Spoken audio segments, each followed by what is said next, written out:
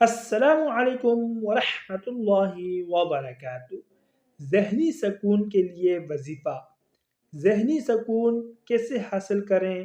ہمیں سکون نہیں ملتا، پریشانی میں رہتے ہیں، تو سکون کے لیے قرآن مجید کی اس آیت کو آپ ہر نماز کے بعد 11 بار پڑھیں۔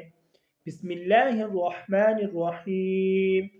وَلِيَرْبِطَ عَلَى قُلُوبِكُمْ وَيُثَبِّتَ بِهِ الْأَقْدَامَ۔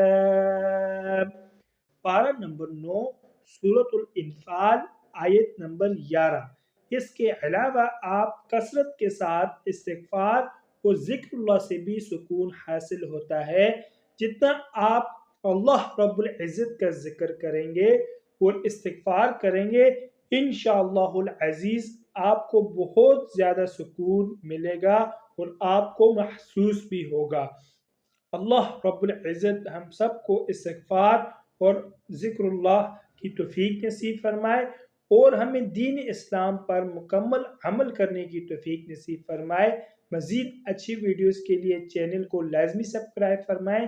جزاکم اللہ احسن الجزاء۔ طالب دعا قاری محمد آصف۔